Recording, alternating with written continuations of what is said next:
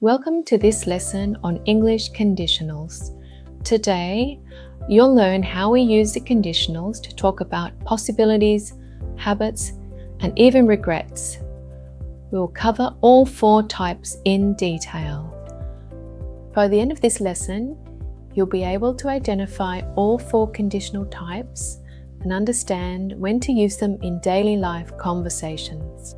Hi everyone, I'm Ella and thank you for watching this video. Conditionals are a very useful part of English, but they can also be a bit confusing because they sound quite similar. A conditional sentence is simply a sentence that describes a situation, the condition, and its possible result. Think of it as a logical if-then statement that we use to talk about reality and imagination. We start with a zero conditional. We use this for facts, scientific truths, and general rules that are 100% certain. For example, if you heat water to 100 degrees, it boils. This is a scientific fact. In a daily context, you might say, if I drink coffee at night, I can't sleep. This isn't a science experiment, but it's a personal fact that is always true for the speaker. Note the use of present simple in both clauses.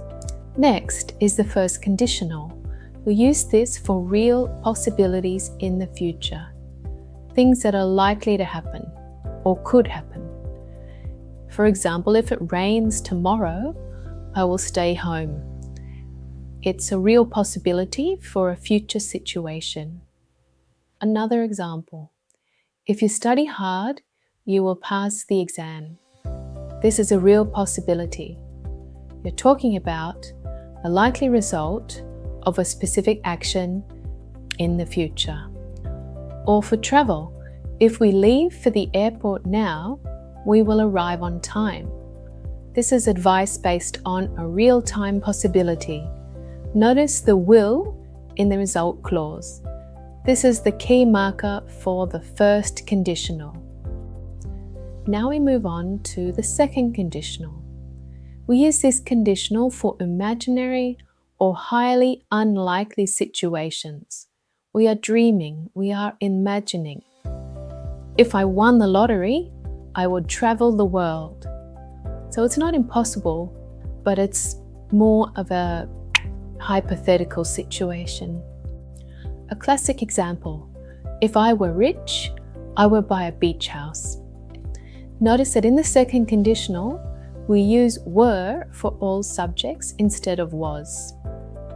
We use this for things that aren't actually true in reality. If I were you, if I were rich. Here's another example. If she spoke Japanese, she would work in Tokyo. But in reality, she doesn't speak Japanese, so she doesn't work there. It's a hypothetical situation in the present or future. And finally, the third conditional. We use this conditional to talk about the past, specifically things that didn't happen. It's a language of regret and reflection. For example, if I had studied harder, I would have passed the test, but I didn't study and I didn't pass.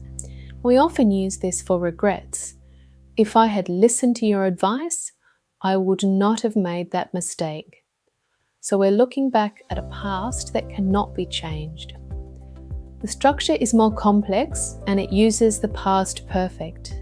Another example, if we had booked our flights sooner, we would have saved a lot of money. This reflects on a missed opportunity. Both the condition and the result are in the past and didn't actually happen. Let's look at them side by side.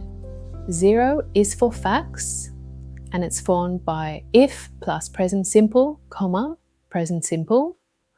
First conditional is for possibilities, and we have if plus present simple, comma, will plus base verb.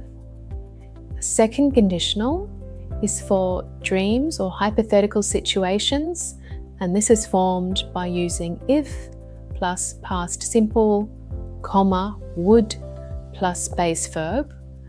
And then third is used for regrets, and it's the only one of the conditionals that we use to talk about the past. We form this with if plus past perfect, comma, would have plus base verb. Take a moment to study the chart. Time for a quick review. Look at this sentence.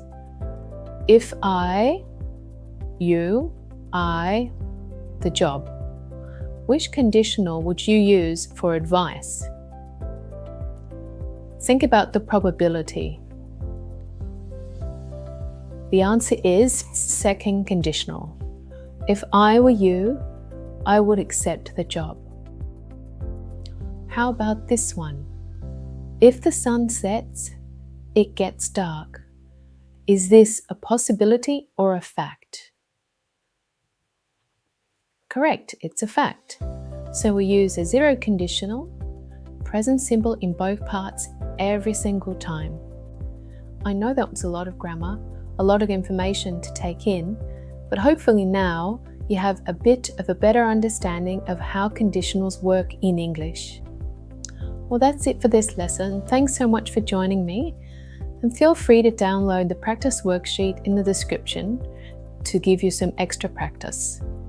That's all for now, and I'll see you in my next lesson.